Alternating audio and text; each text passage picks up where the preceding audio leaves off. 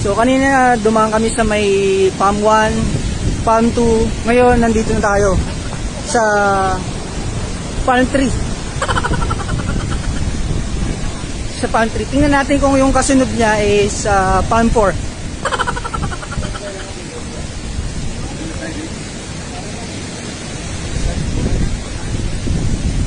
Marami rin dito mga bilhin ng souvenirs, meron pa rin naman. Eh, yung iba, under construction.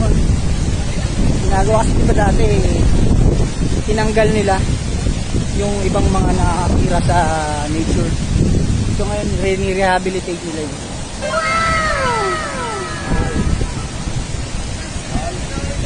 Marami mga massage.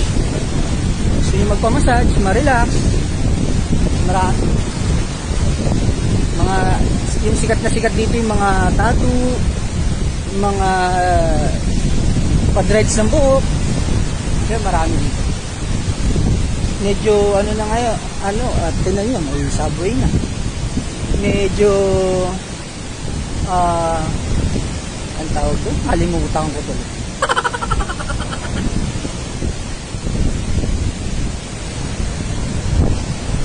Siret. Nakalimutan ko eh. Hindi ko alam kung ano. Kahit ano, maraming pa hair threads na mga restaurant din dito. And then mga it's like a 5-star na restaurant. Wow! Sala restaurant.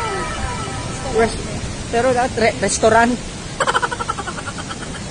Maraming mga foreigners.